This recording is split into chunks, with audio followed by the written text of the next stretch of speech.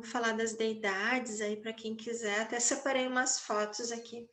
E isso tudo é o que a gente chama de práticas tântricas.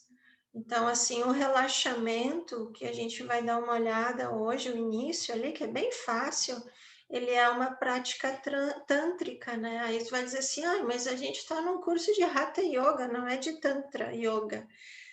Mas eu talvez não tenha falado a verdade para vocês. Tô brincando. Mas é que, na verdade, o olhar do Tantra, ele olha de maneira mais profunda as práticas do Hatha Yoga. Então, aquela coisa, acho que foi na quarta-feira passada, né, que a gente falou, eu disse, a gente tem um monte de teoria já, né, corpos, chakras, canais de energia, mas vocês têm que fazer o básico.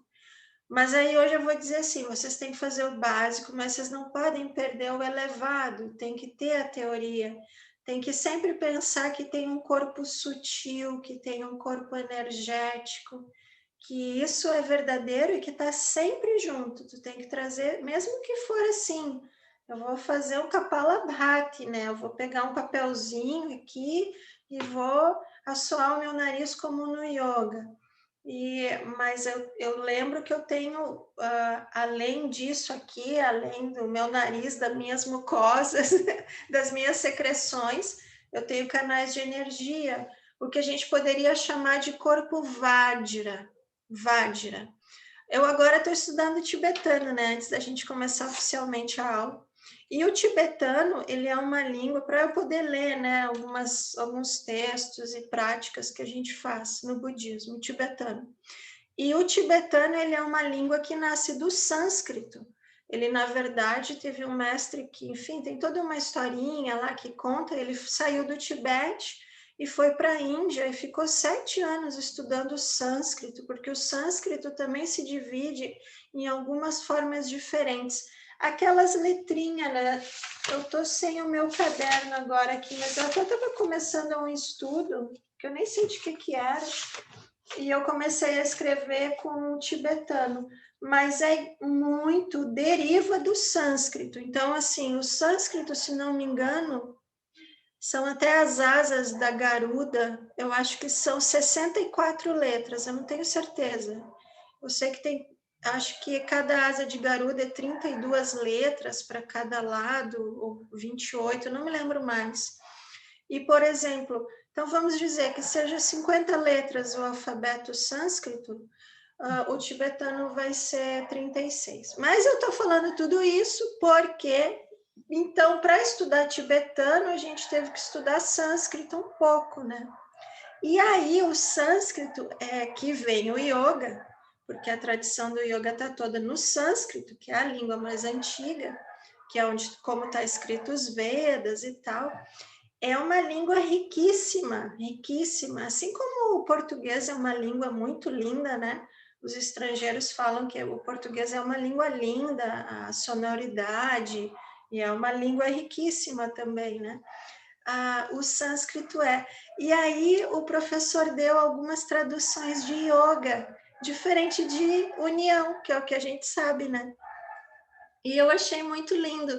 E aí ele disse assim: vocês conhecem yoga como união, mas yoga pode ser natural, pode ser abundância. Na verdade, uma das maneiras de traduzir num verso lá, muito bonito em sânscrito, yoga era uma abundância de naturalidade.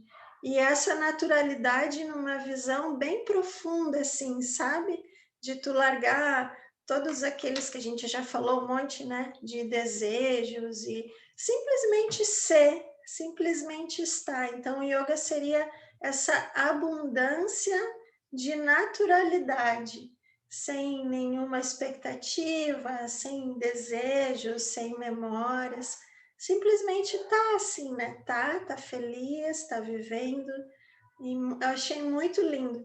Não sei se vai dar tempo de estudar sânscrito nessa vida, porque é complicado, aquelas letrinhas são muito diferentes, né? E tem que decorar todos aqueles esqueminhos. E a maneira de falar também é muito diferente. A maneira que fala os vocábulos, assim, né? Os fonemas é muito diferente. E o que a gente tem o Devanagari, né? Na verdade, o Devanagari é o sânscrito, é as letrinhas, é uma maneira de se escrever sânscrito, e a gente tem a transliteração para o que a gente consegue falar, né? Então fica yoga, que vocês já viram, yoga, né? Quando a gente desenha, por exemplo, o OM é A-U-M, mas o símbolo do OM, o desenho do OM, que é esse aqui, né?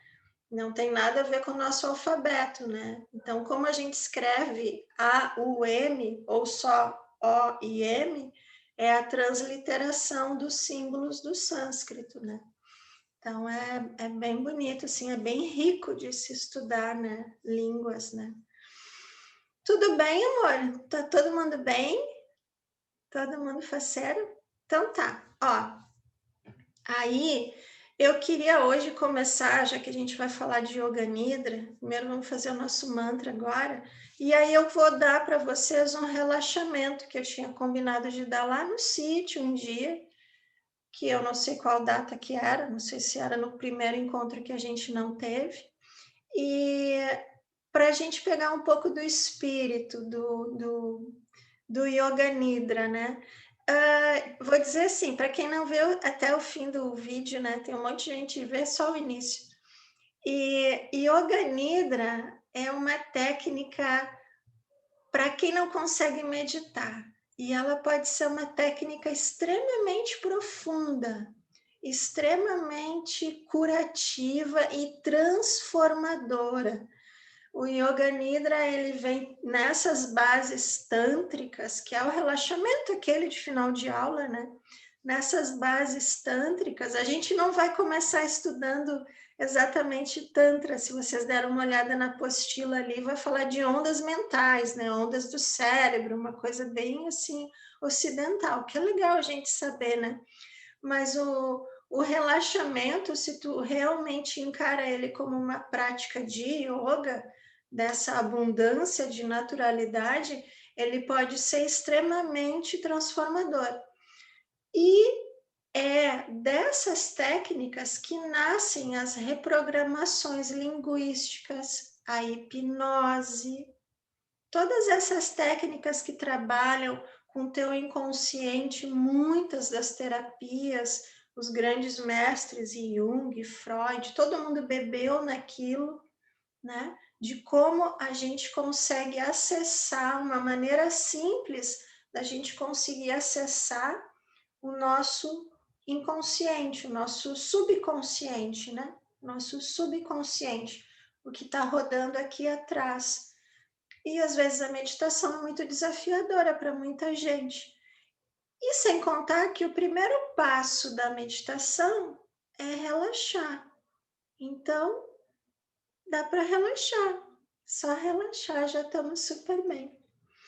Então, vamos fazer o nosso mantra, e aí vocês já vão arrumando uma postura bem confortável, porque hoje é relaxamento mesmo. Pode fechar os olhos, pode se encostar bem na cadeira, e aí depois a gente já começa com as deidades de vocês e tal. E aí, se der tempo, a gente começa o estudo de Yoga Nidra. Então, vai lá. Eu não vou compartilhar aqui a letra do mantra, porque eu já deixei no pontinho a gente olhar o Yoga Nidra, né? Então, fecha um pouquinho os olhos, une palmas das mãos em frente ao peito. Como a gente sempre faz nesse primeiro início de prática, é super importante você trazer a sua motivação, o que você deseja com as suas práticas de yoga, com as suas práticas físicas, energéticas, meditativas e também de relaxamento.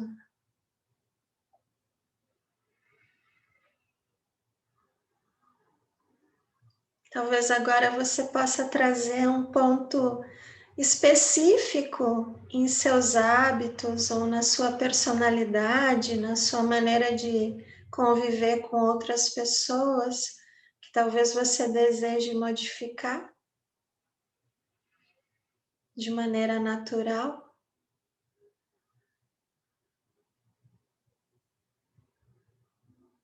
Talvez esse seja o momento de você trazer isso à sua tela mental.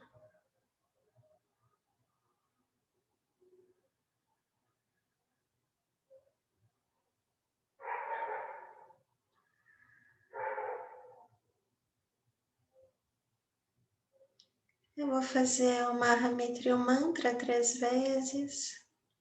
Então, inspira.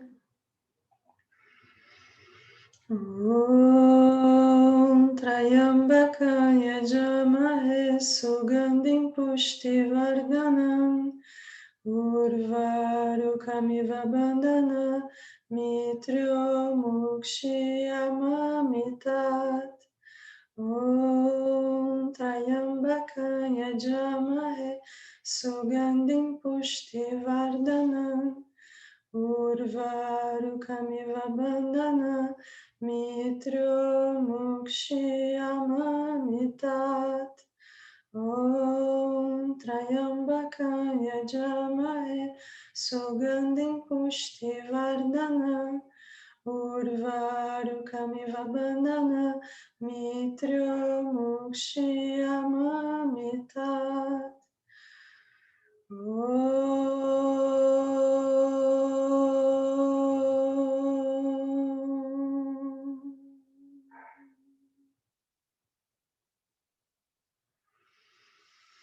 Então, acho uma posição bem confortável, relaxa na cadeira, no sofá, na cama. E eu vou convidar vocês para a gente juntos agora fazer um relaxamento com as energias de Ganesha, o aspecto não dual de desobstrução de obstáculos, remoção de obstáculos. Então, como a gente sempre faz, respira algumas vezes profundamente. E cada vez que você soltar o ar, acomoda melhor o teu corpo. Começa a relaxar um pouco mais. A gente vai usar o poder da nossa imaginação, da nossa visualização para esse relaxamento. Então, nas próximas expirações, quando você soltar o ar, relaxa também a sua mente, soltando o que você fez até agora durante o teu dia.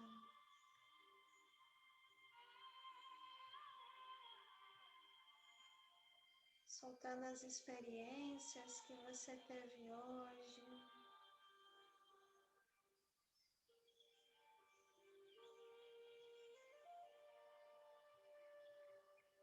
Trazendo a mente para um estado mais receptivo. Leva a consciência lá para os teus pés, independente de onde eles estejam. Talvez você sinta vontade de mexer um pouquinho os dedos dos pés, ajustar a posição. Deixe os seus pés confortavelmente relaxados. A partir dos pés, é claro, soltamos tornozelos. Relaxamos as nossas panturrilhas. Soltamos os joelhos. Lembre-se que você pode ir ajustando a sua posição. Deixe o corpo bem apoiado. Relaxe as suas coxas, relaxe as suas pernas por completo.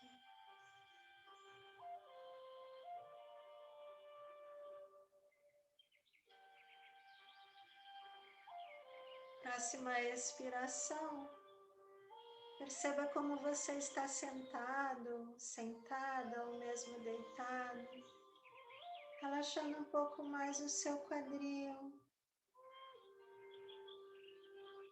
soltando seus esfíncteres.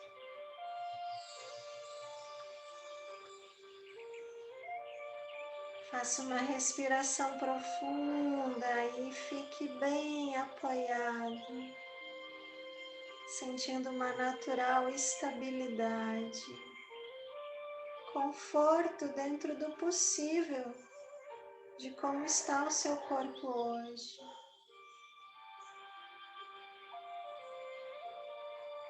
Então, próxima expiração, solta o ar, relaxa o abdômen.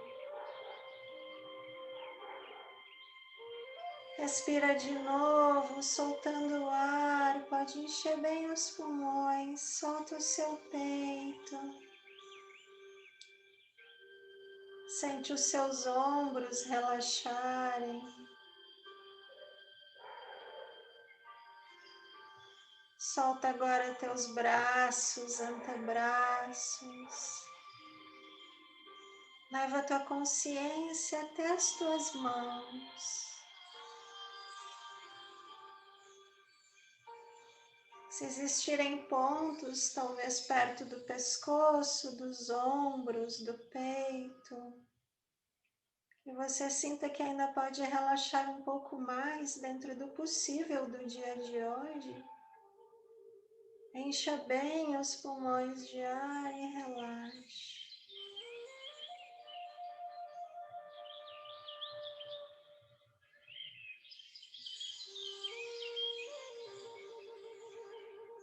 Chegamos então ao rosto. Solta os teus maxilares. Solta as tuas bochechas, relaxa bem os teus olhos. Deixa a tua testa ainda mais ampla, aberta. Como se você soltasse até mesmo o seu couro cabeludo.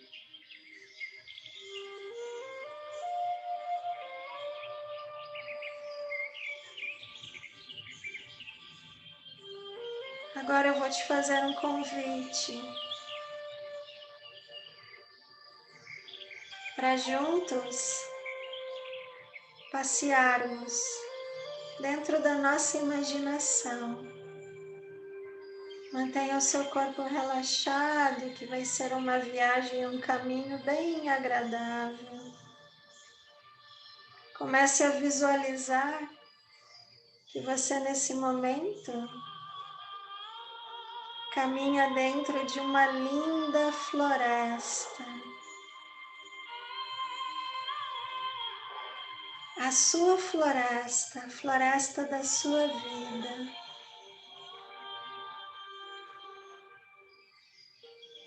Permita que o sol entre as árvores. Permita que o solo seja agradável de se caminhar.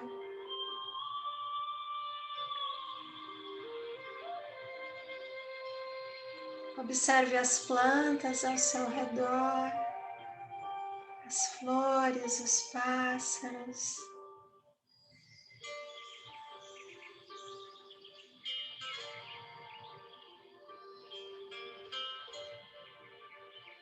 Com as bênçãos da energia do Ganesha na sua frente, se manifesta um suave elefante que simboliza a força de desobstrução de qualquer obstáculo dentro da floresta da sua vida. Lorde Ganesha caminha um pouco mais à frente de você, suavemente abrindo caminhos. Você se sente seguro, segura, confiante. Uma respiração ampla de quem está protegido.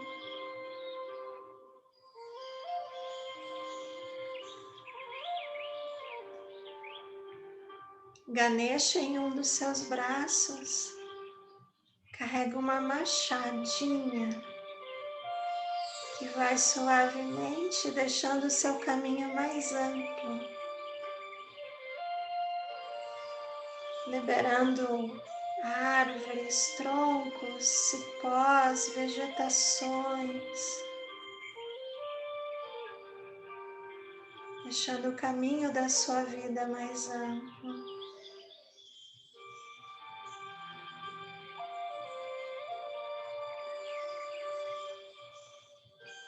Em outro braço, Ganesha segura um laço.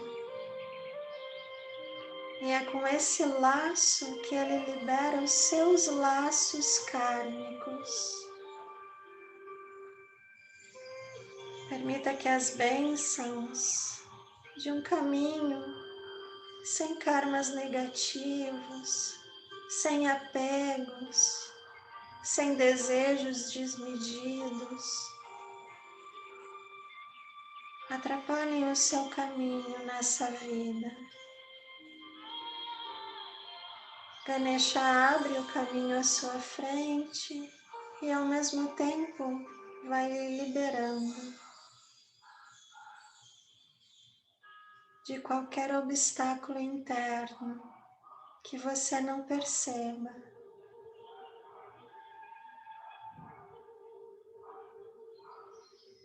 Ganesha agora para e vira.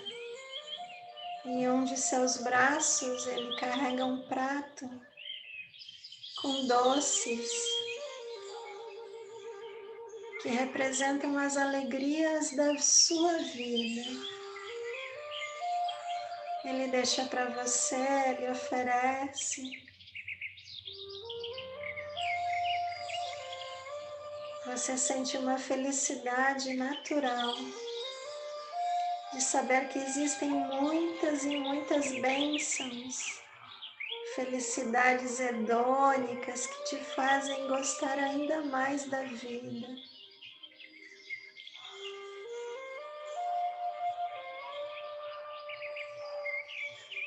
Você continua caminhando. A sua floresta provavelmente está mais linda, mais ampla, talvez mais clara.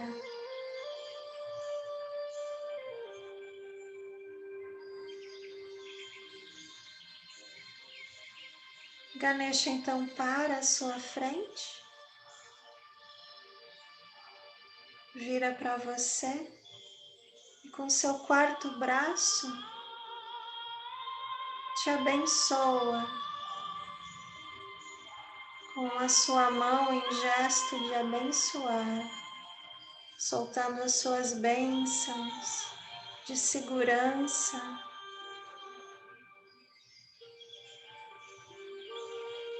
de estabilidade, de conforto.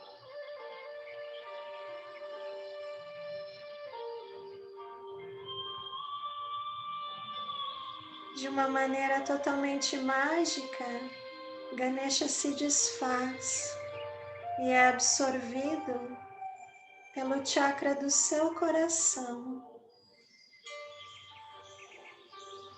Você e Ganesha agora não estão mais separados. Todas as suas manifestações e poderes fazem parte de você.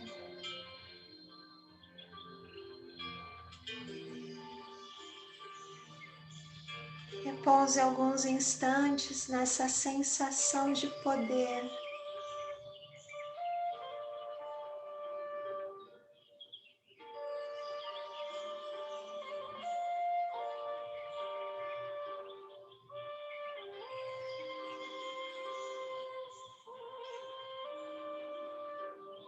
E relaxe.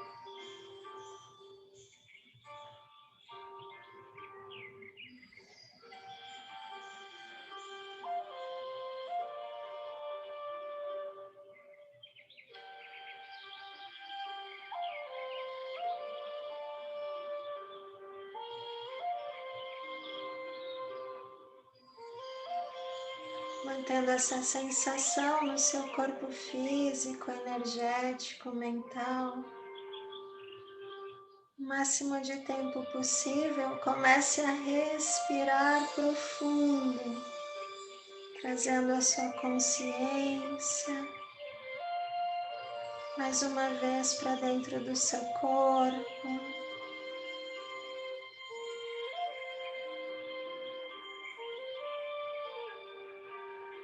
Talvez começando a mexer um pouco o corpo, dedinhos dos pés, das mãos.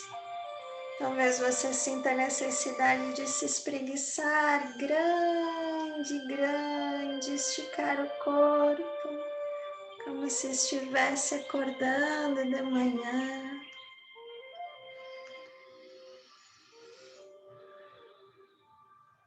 E começa a se preparar para retornar devagarinho, abrindo os olhos.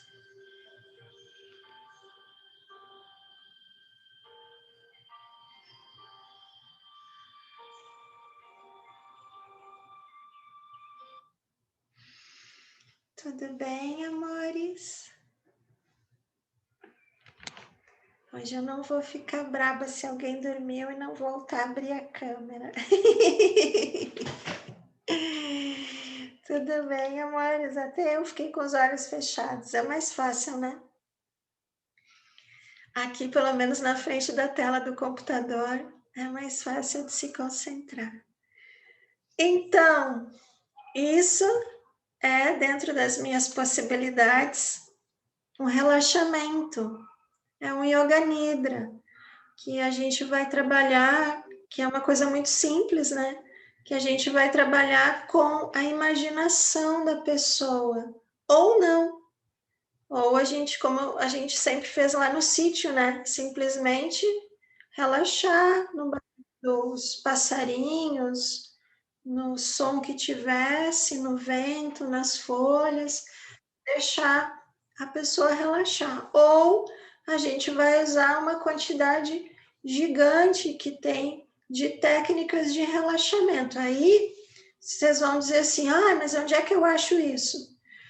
A gente acha algumas coisas na internet, alguns bons professores, mas se vocês pegarem o espírito da coisa, do relaxamento, do Yoga Nidra, vocês vão criar o estilo de vocês. O Yoga Nidra é uma técnica maravilhosa. É um negócio assim fora do comum e fácil de a gente ajudar as pessoas, cuidar das pessoas. Às vezes, até mesmo os exercícios físicos são muito inacessíveis para as pessoas. Vocês sabem disso, né? Tem pouca gente que tem corpo para fazer yoga, né? Mas por isso que muita gente se apaixona pela yoga restaurativa, porque aí pode unir um pouco um bom relaxamento, um bom yoga nidra com as posições restaurativas. Aí você vai dizer assim, dá para fazer só isso?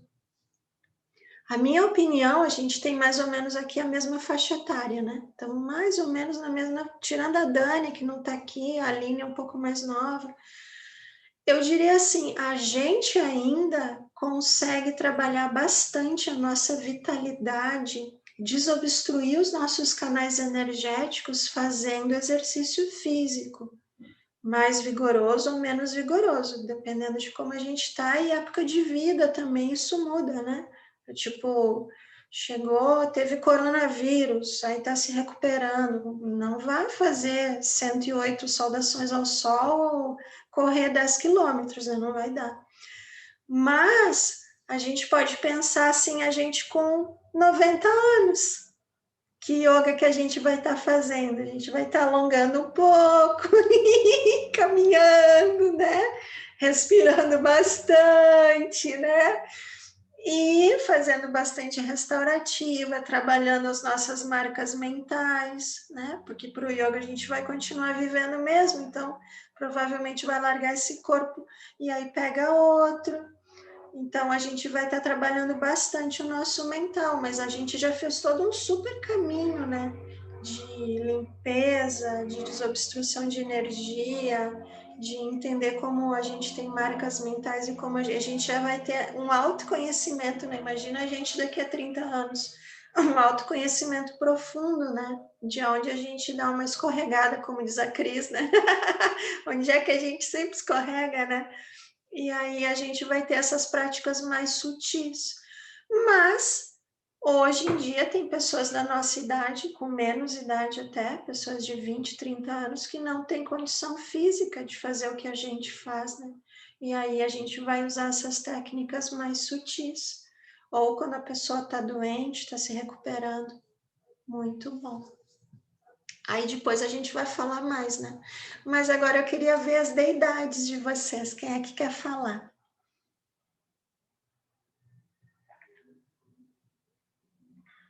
Quer falar, Xande? Pode ser, abre teu microfone aí. Pode ser sim, estão me ouvindo bem? Agora, deixa eu ver, fala aí. Estão me ouvindo bem? Dá para ouvir, dá para ouvir.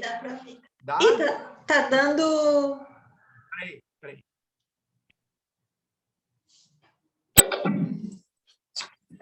Vamos ver se melhora agora. Show. É que assim eu não escuto bem vocês, mas vamos lá.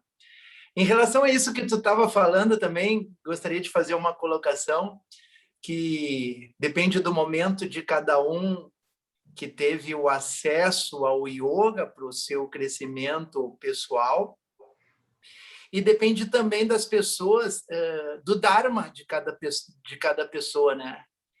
Por muitas vezes eu acho que pode chegar a mensagem para essas pessoas quando elas estiverem já com 80 e 90 anos de idade. Cada um tem o seu tempo de quando essa história, né? Quando então vai chegar, né? Então eu acho super válido, né? Que se for o caso, uma pessoa de 80, 90 anos tiver acesso, pô, por que não restaurativo, né? Ia ser maravilhoso para começar o caminho dela nessa vida, nessa existência. Maravilhoso, Quanto mais técnicas... Não ouvi, peraí. Quanto mais técnicas a gente tiver para vários, né, jeitos das pessoas estarem, né, se dá para dizer isso, melhor, né? E quanto o Yoga Nidra também, eu antes de fazer qualquer tipo de yoga, eu fiz um curso com um professor, me lembro dele até hoje, que o curso dele no congresso era massagem e relaxamento. O nome dele é André Mersch, né? Ele ainda trabalha com essas técnicas.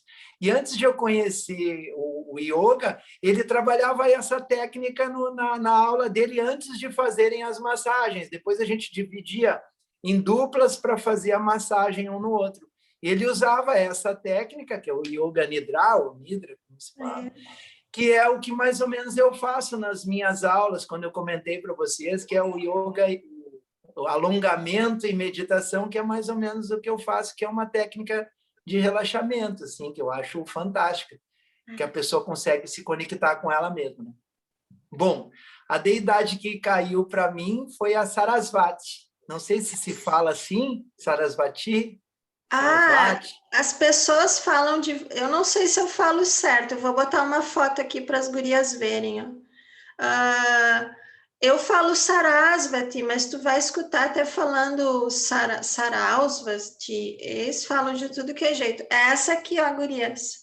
Essa com o violão aqui, não é violão, né? É uma citra, né? Na mão, ó. Linda, né? Isso. Pode falar. Muito legal. Como é que ela surgiu, né? No começo era tudo disforme, né? Era tudo fluido e disforme. E Brahma, ele se questionou para Vishnu de como isso poderia ser arrumado, né? Como é que essa disformidade poderia desaparecer? E Vishnu falou para ele que dessa maneira, que foi o nascimento de Sarasvati. Não sei se eu consegui passar muito bem, porque tem bastante coisa que a gente lê e vídeos no YouTube falando sobre isso. Então, Sarasvati foi criada, né? Pelo que eu entendi, saiu pela boca de Brahma, né? Em cima de um cisne, como tem várias figuras, né? Algumas, não, ela foi trazida por um cisne, ela vem em cima de uma flor de lótus, tudo tem quatro braços, tudo isso tem um significado, né? Sarasvati quer dizer fluidez, ela é a deusa do conhecimento, das artes, da música, da dança, da cultura, né? Mas eu acho que a relação mesmo que eu fiz através das imagens que eu consegui observar, que tem muita ligação com o conhecimento, que tem a ver com o lance da fluidez, porque o conhecimento ela é personificação do rio Sarasvati, né? Que é um rio, né? Que tem na Índia, né? Então, o conhecimento ajuda, tem tudo a ver com a fluidez, né? Porque quando aparecem uns obstáculos, como é que a gente vai transpor esses obstáculos, né? Fluindo. E a fluidez tem a ver com o conhecimento. Então, eu entendi esse lance de fluidez e conhecimento na história dela. Assim, né? Ela traz, numa das mãos, um japamala, né? E em outra mão, os Vedas, né? Os escritos, né? Os escritos, que também tem a ver com conhecimento.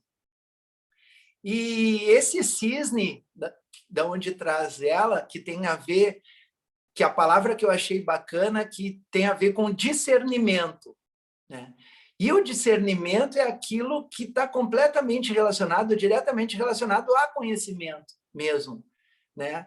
Quando tu te empenha em algum tipo de empenho de crescimento, que tu vai atrás de conhecimento, tem o eu sei, eu entendo, eu posso, eu vou, né? Antes do eu sei, tem o eu sei e o eu entendo. O eu entendo tem a ver com discernimento, né? Porque tu pode saber só o que por alguma coisa que tu leu e que te falaram, mas o eu entendo é quando tu consegue fazer um outro olhar e fazer o discernimento, para depois do eu posso e eu vou.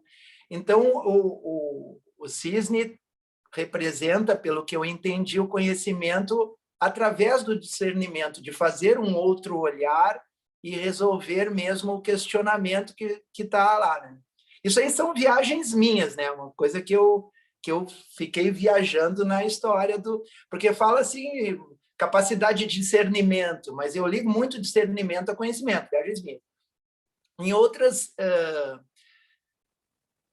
gravuras também aparece um pavão, né? Que o pavão está relacionado ao ego, né? Uma imagem, mais beleza, e que talvez essa beleza não represente o que realmente é. Então, esse lance do pavão me parece dual em relação ao cisne, porque o cisne ele é discernimento, conhecimento, e o pavão só está ali de bonito, né? Que pode mascarar muita coisa que tem a ver com ego, né? Que pode estar mascarando muita coisa. Então, eu fiz essa conexão dos dois. Também, isso também é viagem minha, não está escrito em nada, foi uma coisa que eu tirei. Ela vem de branco, né? Com muita pureza, em cima de uma flor de lótus, também significa pureza, né? A flor de lótus também significa pureza. É ali, a flor de lótus ali. Significa pureza também, e ela fica meio em cima dessa flor, não se conectando com aquela impureza que tem embaixo, né? Que é da onde a flor de lótus surge, né? Então, o que eu acho que representa mais esse lance o que me tocou mais, né? Antes de falar do lance, porque ela está relacionada à poesia, à dança, à música, Mas eu acho que o lance do conhecimento que me tocou mais, o lance do conhecimento que tem a ver com o rio, né? Que tem o nome dela, porque o rio ele flui, né? E quando tem um obstáculo, o rio ele atravessa esse obstáculo, ele vai por outro lugar para continuar a sua existência, continuar o seu caminho. E eu acho que o conhecimento nos ajuda a continuar o nosso caminho, né? Então, essa foi a relação que eu fiz também. Isso eu não encontrei escrito em nenhum lugar. Umas coisas... Era mais ou menos isso. Maravilhosa, maravilhosa. Liga a tua Obrigado. caixinha aí. Esse conhecimento da Sarasvati é o conhecimento aquele, tanto que ela segura os Vedas na mão, né, que tu falou tão bem ali. É um conhecimento é um conhecimento além, né? E o Citra, isso, fala. Nas outras duas mãos, né? Ela tem vina, que é um instrumento que ela toca. Eu não consegui encontrar relação nenhuma, a não ser a música, a arte, a poesia em relação àquele instrumento, mas talvez tenha outra relação. Essas conexões que tu fez assim são muito lindas, mas o belo, a Sarasvati é exatamente isso, sabe? O belo, a música, que é o pavão, a citra, e o conhecimento transcendental, que ela segura os Vedas, então não é esse nosso conhecimento, entre aspas, mundano, porque não existe, no fundo, não existe isso de mundano e transcendental, né? Isso a gente que cria. Mas o conhecimento dela é um conhecimento de tudo. Quando tu tem uma mente ampla, tu tem mais discernimento, é um conhecimento além. E no além, nessa transcendência, o que surge é o que tu falou, é a beleza, é a música, é a fluidez. Então, assim, a Sarasvati é o ideal de como a gente gostaria de ser, né? Porque não tem nada de errado, né, em ser bonito ali. O pavão, a questão do ego. Não, o ego, coitado do ego, não tem problema a gente ser o que a gente é, né? Assim, por exemplo, não tem problema eu ser uma boa professora de yoga. E isso não significa que eu vou ser orgulhosa disso. Isso significa que é uma habilidade que eu tenho, ok, e que eu uso, né? Tu ser um bom professor, a Kelly ser uma boa arquiteta, a Paula ser uma boa empresária, a Cris uma boa professora, a Aline, e assim vai, todo mundo aqui, a André também é professora. Então, assim, são habilidades que a gente manifesta. O problema é que o ego, ele entra quando tu acha que tu, né, nossa, eu sou muito bacana, eu sou melhor do que isso, não sei o quê. E aí a gente se apega nisso, que tá fluindo muito bem, né? E quando as coisas fluem bem, elas são bonitas, né? Quando as coisas fluem bem, elas são bonitas, né? E não tem problema, assim, porque senão as pessoas não... Parece assim, eu vou fazer yoga, eu vou largar o meu ego, não vou ser mais nada. Não, muito pelo contrário. Quando tu largar esse eu pequeno, que está todo meio torto aí, por várias questões, porque a nossa sociedade é uma sociedade muito torta, a gente criou uma situação toda muito errada, a mente está muito confusa. Eu vou ser uma boa professora, eu vou ser uma boa cantora, uma boa escritora, uma boa poetisa, uma boa não sei o quê, uma boa médica. Aí as habilidades se abrem, né? Porque as pequenas travas desse ego enganado se libertam, né? Um dia desse eu estava no ensinamento e a Lama Tsering falou assim: vocês não vocês não têm que ter vergonha das coisas boas que vocês têm, que vocês fazem. Se você é rico, não tenha vergonha. Se você é bonito, não tenha vergonha, sabe? Porque parece que tu vai ficando espiritual assim, tem que ser todo mundo assim, né? pobre, e isso e aquilo. Ela disse, não mesmo, se o teu trabalho funciona bem, se tu tem essa bênção, se tu tem uma casa boa, se tu nasceu com um corpo bacana, se tu é bonito, se tu é bonita, que maravilha, é uma bênção para ti e para quem está contigo. O grande problema é a loucura que dá essas aspirações, né, Aline, muita verdade. Não tem que ter vergonha, não, né? Então, tem que ficar feliz, assim, pô, tive o mérito, vai saber, né, quantas vidas tu cuidou das pessoas com lepra para nascer com a pele boa nessa vida, entendeu? Tem um porquê, tudo tem um porquê, né? Quantas vidas tu trabalhou aí, se ralou trabalhando a vida toda, de sol a sol, e hoje tu consegue ter um trabalho um pouco mais suave, né? E tem gente que não tem, né? Tem gente que ainda está de sol a sol, né? Quer falar, Kelly, da tua? Maravilhoso, Xande. Maravilhoso, obrigada. Maravilhoso. Adorei, linda. Sarasvati é linda, assim. Vale a pena ter a Sarasvati em casa, assim, num quadro. Eu acho, assim, que ela abençoa muitas artes. Não sei se tu quer falar, Kelly, quer? Do Hanuman? Eu não terminei a minha, eu tô montando o meu Estiva. O teu Estiva. Eu Cris ia falar, Tu, Cris, que é o Hanuman. Né? Hanuman, o Hanuman. Isso. Querido, né? E ele, eu acho que ele completa um pouco, porque ele é um dos deuses mais...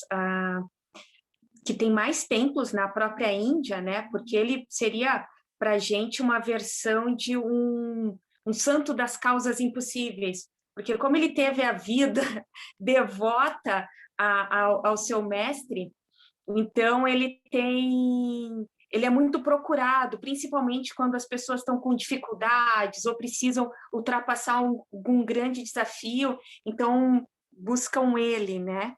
E ele tem essa aparência de macaco, tem várias histórias, né? O rostinho de macaco, porque uma das que eu pesquisei é que a mãe dele foi amaldiçoada, então ela passou a viver como uma macaca, e aí ela tinha o marido, que também era um rei macaco, mas, na verdade, ela foi visitada por Shiva e ele nasceu.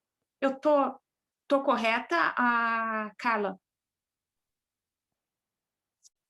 E ele... Não, desculpa, não é Shiva, é o Vayu, né? O deus Vayu. É o deus Vayu, desculpa. Porque ele, então, é o deus da consciência, né? O mantra dele aumenta o nosso prana. Achei isso tão bonito, né? Aumentar, a gente evoca o mantra e aumenta o prana. Então, eles fazem sugestões para os atletas, quando querem fazer atividades físicas, praticar o mantra dele antes. Então, assim, ele é das causas impossíveis, mas ele também tem essa purificação do éter, então ele amplia a nossa consciência, né, por ser filho do Deus Vayu, e ele ainda ajuda a gente ter essa perseverança, porque a vida inteira dele, ele se dedicou ao Deus dele. Então, muitas imagens que eu vi dele, ele está dentro do coração, ou dentro do coração dele tem o Deus dele. Ele nunca teve família, ele sempre foi um devoto. Então, ele também é um exemplo de grande devoção. E o mantra dele, eu anotei aqui, Om Hum Hanumate Vijayam. E aí tem um vídeo lindo dele, de várias repetições. A gente, quando pesquisa, fica emocionada, né? Compartilha com a gente depois, Cris, o vídeo. Compartilho, sim. Até pensei em te mandar antes, mas eu mando ali. Não, compartilha. Eu achei inspirador, assim, essa questão dele ajudar nas causas impossíveis, que é sempre bom, né? Que a gente está sempre passando uma perda. E, ao mesmo tempo, ele vai liderando, né? Então, eu achei bem querido, por isso, tanta devoção. O Hanuman é maravilhoso também. Todos são, vocês entendam isso, né? Olha que louco. É como hoje, não sei se vocês perceberam ali, como é que eu finalizei o relaxamento do Ganesha. Desfaz o Ganesha magicamente e o Ganesha entra em ti. Esse é o X da questão, ele é só uma visualização de um aspecto que existe em nós. E o Hanuman, eu me lembro quando eu fiz a minha formação de Ashtanga Vinyasa, tinha uma menina maravilhosa na minha aula, do Ceará. E a escola dela, que ela ia montar, ia se chamar Hanuman, porque é essa vitalidade, né? O Hanuman é isso, né? Ele é energia, por isso que ele é muito dos atletas, né?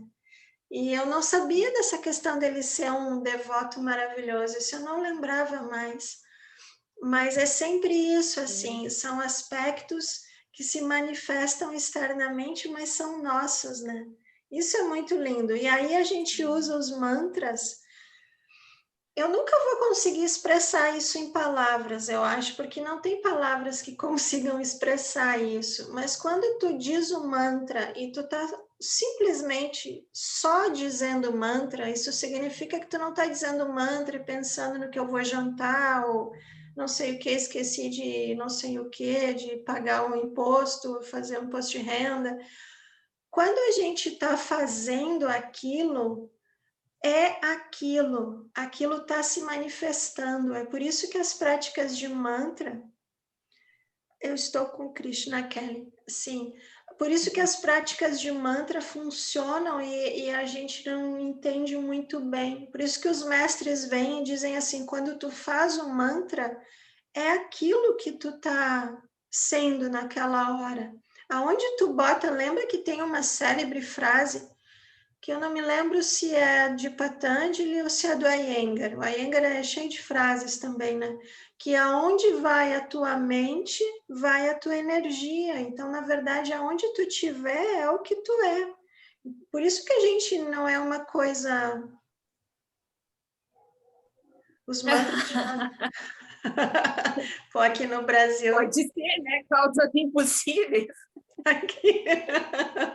Aqui no Brasil é só mantra de Hanuman.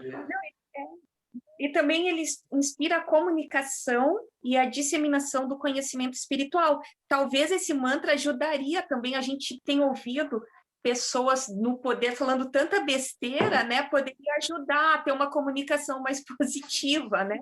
Em todos os sentidos, né? Mas acho que aqui no Brasil as causas perdidas... Seria muito... Ele e Ganesha junto, assim, na visualização, né? O Hanuman do lado, o Ganesha do outro, e mais São Francisco, quem tiver por perto, tu chama, né? Todos os santos, né? Todos os santos. Que ele tem uma história muito parecida também com o Ganesha, eu acho bem bonitinho, quando em algum momento eles, criança, fazem alguma travessura ou alguma coisa que acabe judiando ou mudando a história deles. Quando ele era pequeno, ele foi fazer uma travessura e atirar raios contra o sol. Aí o sol ficou furioso e mandou um raio na garganta dele. O pai dele, que era um deus poderoso, Vayu, falou, olha, começou uma guerra com todos os deuses. Aí, para eles pararem de brigar, eles fizeram um acordo que cada deus iria dar um pouco de conhecimento para ele. E ele iria guardar isso para poder ajudar as pessoas.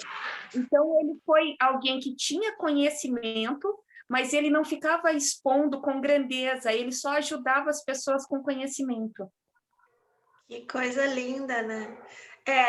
Esse panteão, assim, de deidades, né? Que é a maneira que os indianos têm de falar das nossas habilidades, é apaixonante. Tu começa a estudar um é lindo, aí tu estuda outro é lindo, estuda outro é lindo. É apaixonante, assim, e é infindável, né? E tem várias deidades que nem chegam aqui no Ocidente, que tu tem que ir para a Índia, e tu chega lá e tu não entende direito o que é, mas já é outra coisa. E é muito lindo isso, né?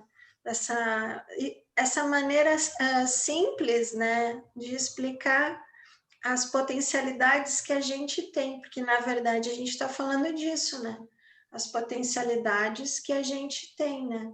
Então, quando a gente faz a prática, essas práticas de visualização que a gente usa no yoga, no Hatha Yoga, muito no relaxamento, mais do que na meditação, Essas práticas de visualização são muito poderosas, muito poderosas. Quando tu realmente te entrega para o relaxamento e tu dá a sorte de pegar um professor que no dia esteja inspirado, ele consegue fazer uma transformação na tua energia que, olha, por experiência própria de receber Yoga Nidras assim, aquilo dura 1 ou 2 semanas. E vocês vão ver também de vocês darem os Yoga Nidras, de vocês promoverem essas visualizações das pessoas, também aquilo fica na gente, é um negócio muito incrível.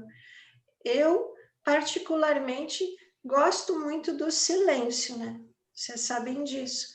Mas, porque é muito poderoso, né? O silêncio, né? Tu simplesmente deixar a pessoa soltar todos os conteúdos da mente, aquela que fica falando. Mas quem tem o jeito para conduzir o relaxamento e gosta disso, é fantástico. É fantástico. E de maneira simples, não precisa estudar reprogramação mental, nada disso. Um bom relaxamento já muda a semana da criatura que veio fazer aula com a gente, né? E muda a gente também, né? Tudo bem, amores, até aqui? Maravilha, Cris, obrigada. Adorei, adoro o Hanuman, maravilhoso. Obrigada, Cris, Xande, a Paulinha também falou do Ganesha, querida. Então, vou mostrar aqui para vocês uma coisa, porque eu falei desse Tantra Yoga e tal, parará, né? Já são quase 9 horas. Mas aí, vocês têm ali na página 221, né? Ai, agora eu não lembro. Eu abro aqui a apostila no computador. Aonde começa Yoga Nidra é o fim da apostila, né? Aí, 221, né? 20.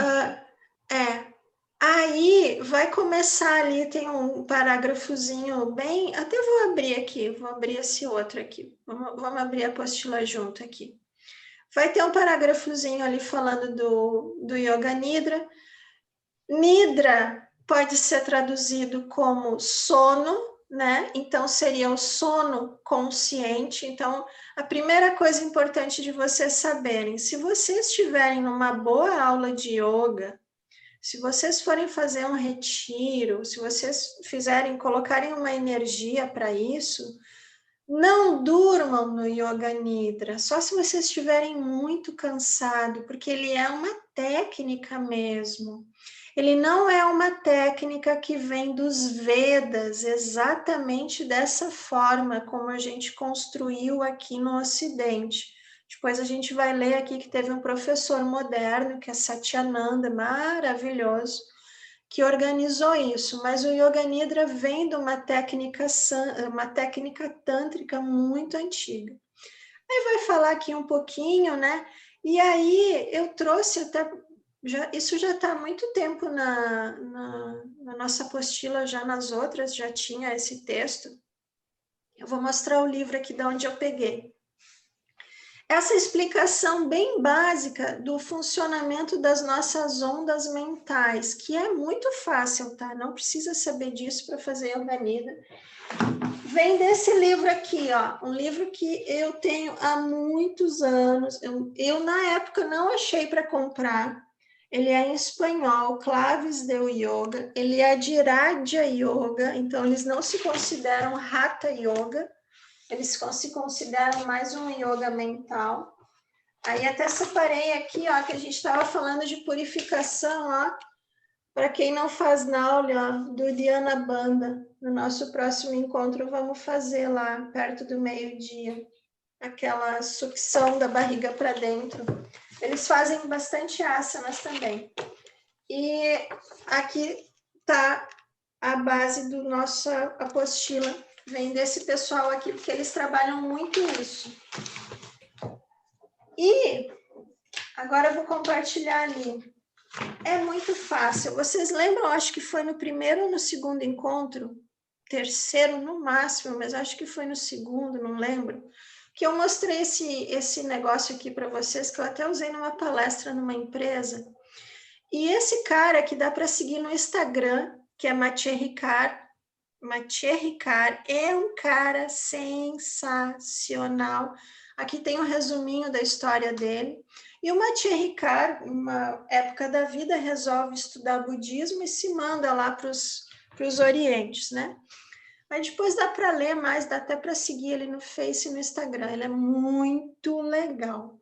E ele foi considerado o homem mais feliz do mundo, lembra? Em 2007, pela medição das ondas cerebrais dele. Então, esses estudos, para nós, a gente fica falando de coisas aqui super transcendentais e visualiza Ganesha e não sei o quê, papapá, papapá, papapá.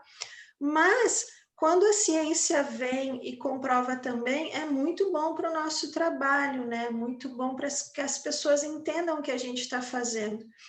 E aqui, na medição que fizeram do cérebro dele funcionando, lembra que para o yoga, a gente não é o nosso cérebro, né? A gente não é nem o nosso corpo, e muito menos a nossa mente nasce do nosso cérebro. Para o yoga é o contrário.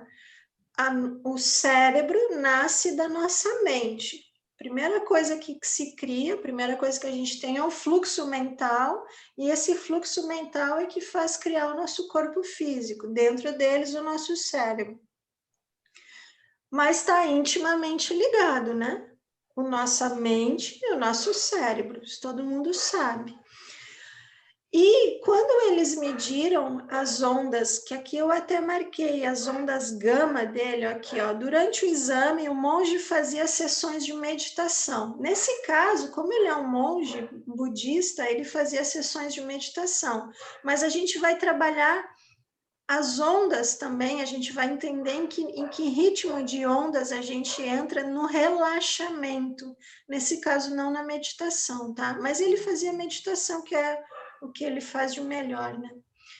Comparando com voluntários que não tinham a mesma experiência no método de meditação, o cérebro de Mathieu Ricard produzia uma quantidade anormal de ondas gama, oscilações eletromagnéticas produzidas quando neurônios trabalham em sincronia. Cientistas acreditam que essas ondas estão ligadas à percepção de consciência, atenção, aprendizado e memória. As medições do cérebro de Mathieu Ricard foram recordistas, nunca haviam sido registrados ondas gamas tão fortes na literatura neurocientífica. Cientistas também declararam uma forte atividade no lóbulo frontal esquerdo e agitação neural nesse determinado ponto do cérebro do monge, de acordo com os pesquisadores, representa que ele se sente mais feliz do que a média da humanidade pensa, pensa em muito menos desgraças. Por isso ele ganhou o título de homem mais feliz do mundo por uma revista, né? Não pelos cientistas, depois que saiu o artigo dessa reportagem. Então, a gente falando das nossas ondas é super fácil, ó. Primeira leitura pode parecer meio esquisito, mas é bem facinho. Como é que a gente vai... A gente que está aqui mais ou menos na mesma faixa etária, vocês lembram que acho que em 1980 tinha uma modinha de dizer, eu estou em alfa? Acho que a Cris também não lembra, mas quem é mais velho lembra, eu estou em alfa, e a gente nem sabia muito bem o que era alfa, né? Então, assim, ó, a gente tem uma velocidade de onda cerebral, quando a gente faz esse tipo de exame, que é a beta, que é essa onda rápida do nosso raciocínio lógico, tá? Ela é muito boa, maravilhosa, funciona para a gente se mover aqui no mundo de maneira normal. O problema é que a beta é uma onda muito rápida e a gente mantém essa onda neural muito tempo, que vai nos gerar essa aceleração, que vai nos gerar níveis de hormônios, de cortisol, de mal-estar, de taquicardia, de ansiedade, de insônia, de estresse, porque a gente está muito sempre no modo de raciocínio. As pessoas não são treinadas aqui, principalmente no Ocidente, mas hoje no mundo todo quase, né? Tirando aquele povo lá da Índia, Tibete, Butão e tal, Vietnã, quem medita, a gente não é treinado a relaxar, a gente não sabe isso. Então, a gente gira em beta. A gente está sempre com as ondas mentais, o nosso circuito interno do cérebro muito acelerado, sempre raciocinando, sempre pensando. Depois a gente tem as ondas alfa. Isso tudo está na apostila de vocês, tá? Eu só marquei de amarelo aqui.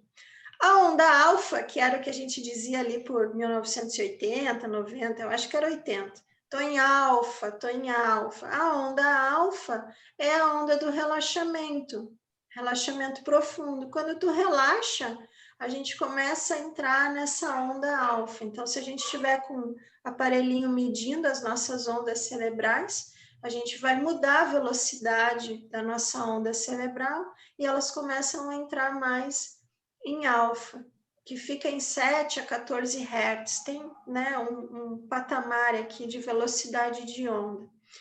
Ela é a onda do sonho ou durante a meditação a gente também facilmente entra em alfa. Essa onda alfa aqui que entra na nossa parte do Yoga Nidra. Essa onda alfa, quando a gente sai dessa onda de raciocínio rápido e lógico e a gente desacelera as ondas cerebrais, a gente começa a poder acessar o nosso subconsciente e não só o consciente, que é aquilo que tu tá vendo, sentindo, cheirando, ouvindo e pensando. Tu começa a entrar no que está trabalhando atrás do teu consciente, que seria aqui chamado de subconsciente. Então, tu precisa relaxar. Por isso que se tu vai fazer hipnose, reprogramação neurolinguística, a primeira coisa que o cara vai te pedir também é para relaxar. Tu tem que sair desse modo de raciocínio, por exemplo, que é o modo que eu tô agora, né? Eu tô no modo de raciocínio. A gente tem que entrar num relaxamento de alfa. Depois a gente tem uma onda um pouco mais lenta, que é a teta. Essa onda é a onda da meditação profunda e do sono leve.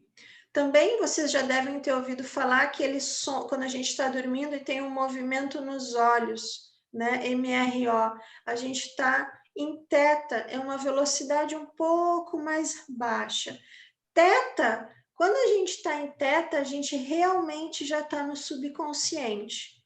O Yoga Nidra não vai entrar totalmente em teta, porque teta a pessoa dorme se ela não tiver um bom treinamento.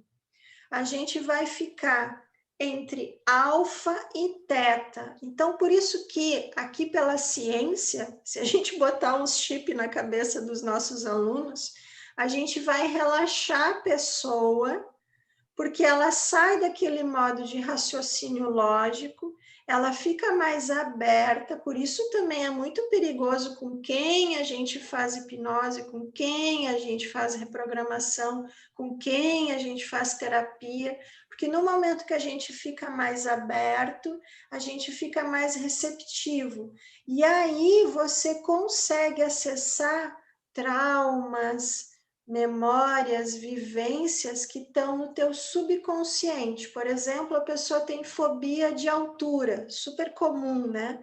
Ou tem medo de água. Aí você consegue entrar no subconsciente, não é uma coisa racional, ela sabe que não vai se afogar se entrar com água na cintura, na piscina, mas ela não consegue entrar, não consegue viajar de navio. Você tem que acessar o subconsciente dela e entender onde é que está essa marca mental que ela tem que liberar.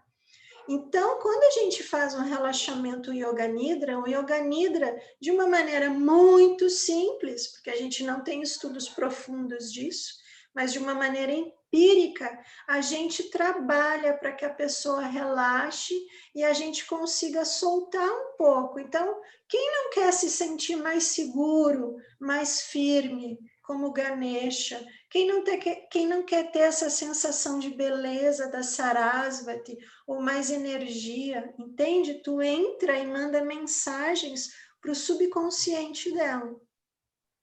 Depois, a gente vai ter Delta, que é uma onda bem de 0 a 4 Hz, que é a onda do sono profundo, que não nos interessa aqui no yoga, a gente não quer ninguém no sono profundo.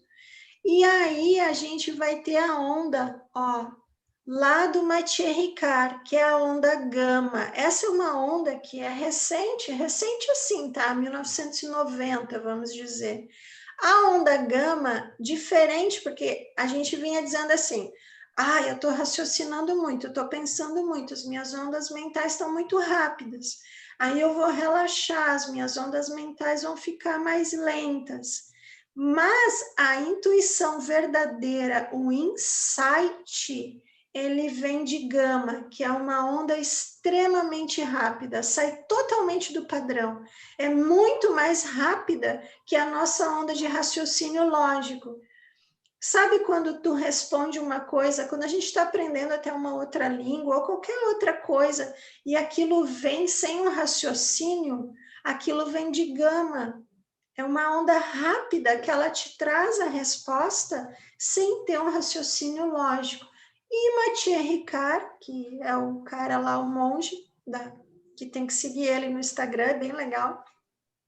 O Mathieu Ricard era uma pessoa que tinha esses insights, essa onda rápida no cérebro, surpreendentemente demais. Isso já é mostrado em vários estudos com monges, né? Os monges sempre têm as ondas mentais alteradas, nunca são as nossas ondas comuns. Ou eles têm as ondas sempre muito calmas, ou eles têm essas ondas de insight o tempo todo. Isso mostra que o raciocínio deles não é mais um raciocínio lógico, que a gente tem de 2 mais 2 é 4. É outro nível, é outro funcionamento. O cérebro funciona diferente. Tudo bem, amores? Muito ruim? Não, né? Tranquilo. É tranquilo. A primeira vez que eu li esse livro aqui, eu não entendi nada. Isso me demorou anos. Essa aula aqui me demorou anos, porque eu olhei aquele negócio ali, eu disse, cara, nunca vou entender isso aqui na minha vida. E indo mais em espanhol, né? Mas aí depois foi indo, aí vai vindo mais informações. Então é isso, o que tem que lembrar, né? Botei isso na nossa apostila, mas o que tem que lembrar é que a gente vai deixar a pessoa relaxada, e quando a pessoa está relaxada, ela está receptiva. E aí a gente pode trabalhar. Às vezes o silêncio, ele simplesmente vai trazer memórias, vai trazer... É como um dia a minha filha me disse uma coisa, vem uns pensamentos aleatórios assim, sabe?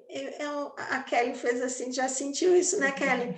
É uns negócios assim, tipo, tu olha e diz assim, mas por que eu nunca pensei isso assim? Esse pensamento não é meu, é da tua vida, do teu jeito de ser, mas vem uma coisa assim, boa, né? E diferente, tu diz, nossa, mas por que eu nunca pensei assim? Está abrindo um outro funcionamento, está abrindo o subconsciente, né? Que no yoga seria os sanskaras, as marcas mentais, parará. Então, o silêncio também funciona. Mas hoje, como a gente está muito doente, está todo mundo muito doente, tipo Alexandre, Andréia, a Aline também, que já quer dar aula, vai trabalhar com as pessoas, vai ver que as pessoas, está todo mundo doente, ainda mais na pandemia, agora no Brasil, meu Deus, né? Então, assim, a gente, na verdade, precisa curar a pessoa, né? E o mais importante, que a gente precisa se curar, né? Então, assim, para quem sente dificuldade na meditação, tá aí a chance. Relaxar, galera, é relaxar, é parar os conceitos, é parar de tentar resolver, porque vocês já pegaram um problema e ficaram remoendo a noite toda. Eu me lembro que uma vez... a minha família, eu não me lembro o que era, mas era um esquema de uma loja aí, né? Era um trabalho, assim, que eu tinha me metido numa enrascada. Foi antes da falência, foi antes do incêndio. mas eu já estava numa confusão, assim, já tinha várias lojas, e eu me lembro que eu passava noites tentando resolver uma questão. Eu me lembro que eu tinha que construir uma loja aqui no Strip Center, sabe, aqui da Zona Norte, e eu não me lembro que eu não conseguia como fazer aquilo, e não dava certo com a arquiteta, e eu passava as noites, eu não sabia como é que eu ia resolver aquilo, e no final não resolvi, e foi uma confusão do caramba, foi um problemão, porque eu não ia conseguir do raciocínio lógico, eu tinha que olhar de outro lugar, mas a gente não se permite, né? A gente fica pensando e se sente até culpado, né? Então, assim, relaxar. Hoje eu até me lembrei de vocês, né? Hoje, agora, antes da aula, eu sou a única pessoa do mundo, eu acho, que liga o alarme para 6 minutos. 6 minutos, eu disse 6 minutos. Até 7h30 eu vou morrer. E aí eu deitei no meu colchão e morri 6 minutos. Até levantei antes. Deu 5 minutos, eu disse, já tá bom demais. E aí eu levantei.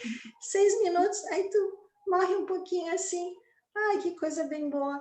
Pronto, volta outra pessoa e larga tudo aquilo, né? Principalmente no final do dia, né? Que a gente falou com um monte de gente, fez um monte de coisa, papapá. Então aí tu morre um pouquinho e renasce, né?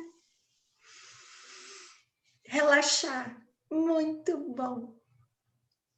Tudo bem? Eu estou fazendo depois do meio-dia. Eu dou essa relaxada aí.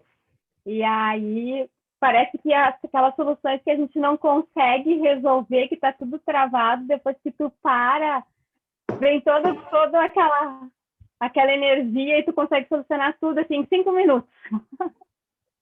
É muito engraçado. Tu sabe que o Lama Santen, ele dizia uma coisa, ainda diz, né? Mas eu me lembro que eu ia nos retiros e ele dizia assim, não precisa mudar as coisas externamente, tu tem que mudar internamente. E eu dizia, então vai morar com meu pai e com a minha mãe para te ver se tu vai mudar então, externamente. E eu Lama, né? Tudo bem, mas vem aqui viver, né, na minha vida para ver se não tem que mudar, né? E aí eu ficava com aquilo, né? Tu sabes que hoje eu tenho que dizer que ele estava certo, né?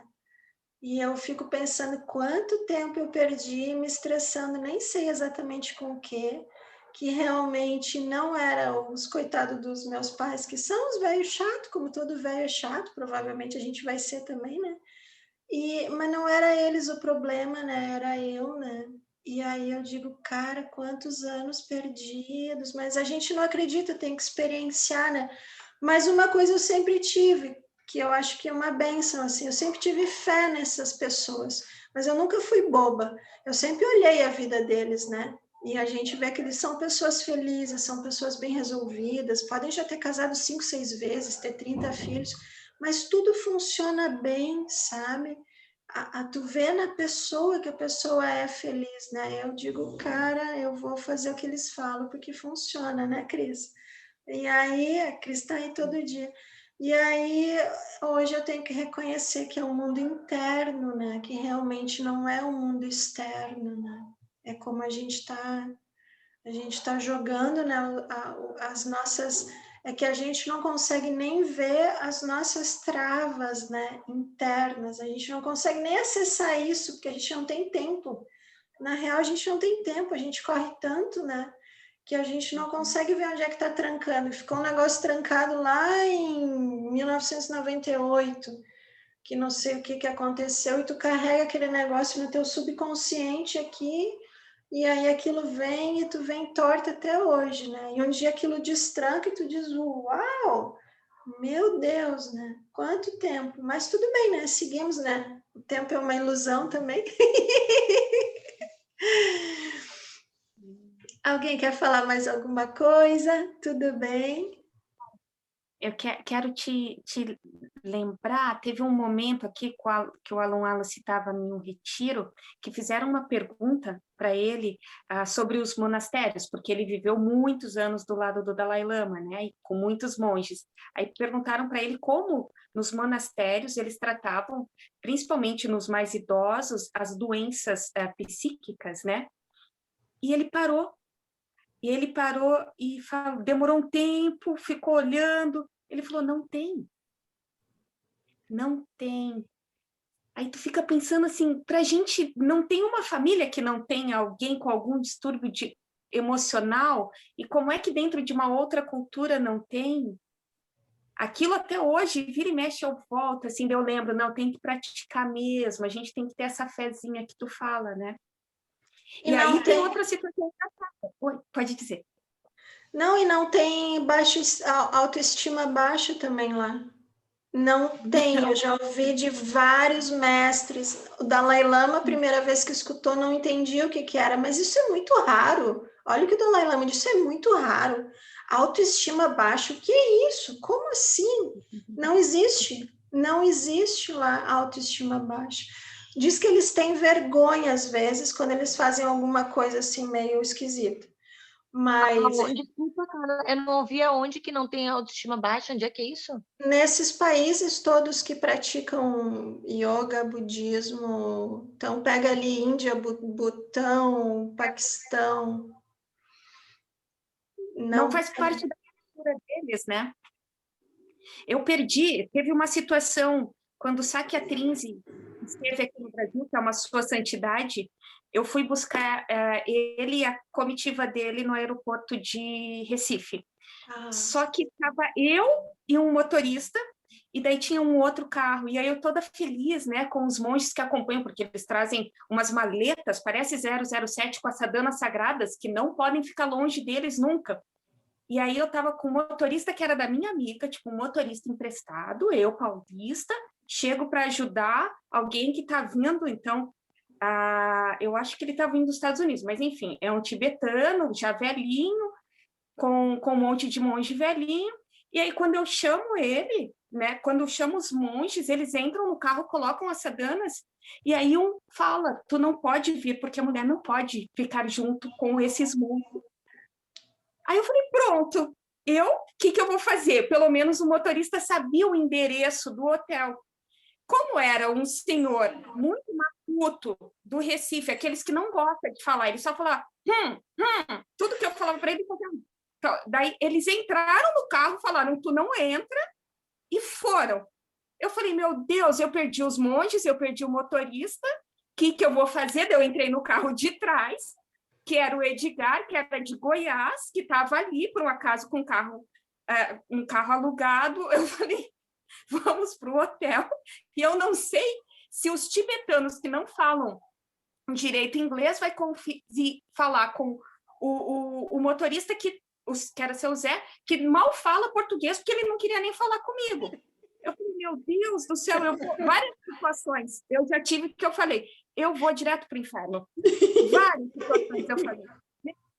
E aí a gente pegou e perdemos os mongezinhos todos. Aí estou passando com o Edgar, naquela época era GPS, pela Avenida da Praia, que a gente estava indo para... do lado de Recife tem uma cidadezinha bonitinha, a gente estava indo para lá.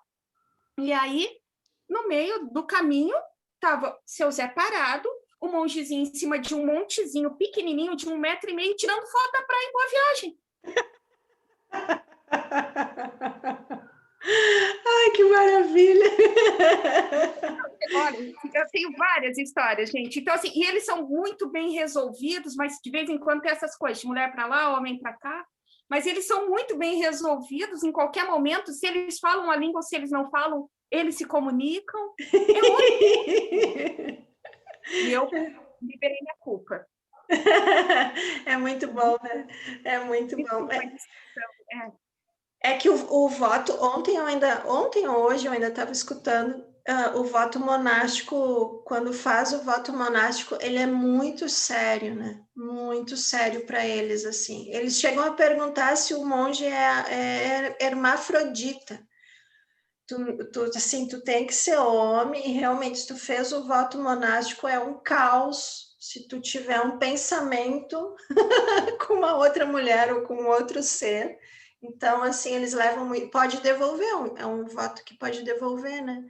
Mas, enfim, então eles levam muito a sério isso, né? O voto monástico. Mas é muito legal. Mas é uma cultura diferente, assim. Tem coisas ruins, como esse preconceito com as mulheres, porque rola um baita preconceito, né? Também. Mas tem coisas muito legais, assim, nessa questão de autoestima, de ser, né, dono de si, é muito bom, né? Tem um monte de história legal, assim, que a gente fica sabendo, né? Essa semana, para te ver, eu tive esse pensamento, só para terminar. Sabe aquele filme, os yogis antigos, yogis do Tibete, que eu compartilhei para falar daquelas práticas e tal, dos elementos? Eu pensei com meus botões e disse assim, eu nunca vou aprender esse negócio aqui que os caras fazem, porque, enfim, né, nessa vida eu nasci mulher, no Ocidente, já tenho quase 50 anos, não vou aprender esse negócio nunca, né? Porque eles fazem umas loucuras, não aprendi todas as loucuras, mas aprendi umas. Aí, sexta-feira, e eu com esse meu pensamento assim na caixinha, né? Eu nem vou me ligar, né? Porque eu sei, mas essas coisas loucas que os caras fazem, nunca vai chegar em mim isso, né? Nessa vida. Vou ter que nascer homem no Tibete ou na Índia para aprender. Sexta-feira, o meu professor lá do Vajrayana ensinou as 9 respirações, que é parte daquele exercício que tem. Eu fiquei chocada assim na cadeira, sabe? Depois, quando eu tiver prática, eu vou passar para vocês. É incrível, são 9 respirações de purificação que faz exercícios com o corpo, aqui igual do filme. Não é a prática de Tumo, né? Que a Cris conhece, Qual mas filme é esse, Carla? aquele que eu compartilhei dos tibetanos lá, yogis do Tibete. Eu compartilhei só para você, quer ver todo, vê, mas eu compartilhei para ver aquela parte louca. Depois eu te mando de novo, aquela parte louca dos caras pulando e fazendo os exercícios dos elementos. Eu boto no grupo de novo. E aí eu recebi, Cris, esse ensinamento. Eu cheguei a ficar assim, pelo Zoom, que tem o lama lá, né? Tem o Rinpoche, tem um lama que é responsável pelo grupo, né? E ele começou, a galera pediu, ele disse, não, eu vou ensinar para vocês, porque começa o nondro, né? Aquela prática budista, começa o nondro com ele, com essa prática. E eu fiquei assim, eu não consegui nem aprender na hora de tão, eu não acredito que eu estou ganhando esse ensinamento. Eu não acredito, mas aí ficou gravado, eu já fiz umas 4, 5 vezes. É muito legal. Então, chega, né? Às vezes falta mérito para a gente, né? Tem que rezar muito e chega. Então, tá, amores, vou dedicar. E assim, ó, vocês comecem a se preparar para os nossos encontros, hein? Vocês têm um monte de tema, asana, mudra. Vocês comecem a se ligar aí, porque estou levando fé agora para os nossos encontros, né? Tá bom? Então, que os méritos do nosso encontro, dos nossos estudos se expandam e toquem a todos os seres. Que todos os mestres que propagam essa mensagem tenham longa vida. E que todos nós estejamos livres de pensamentos negativos, o obstáculo mais destrutivo. Inspira. Om Shanti, Shanti, Shanti.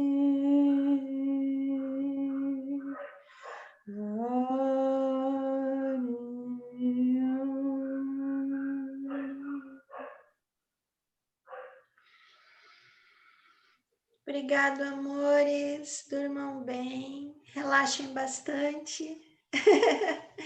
Nos vemos. Se cuidem. Vou botar o filme lá no grupo de novo. Beijos, beijos. Obrigada. Tchau, tchau.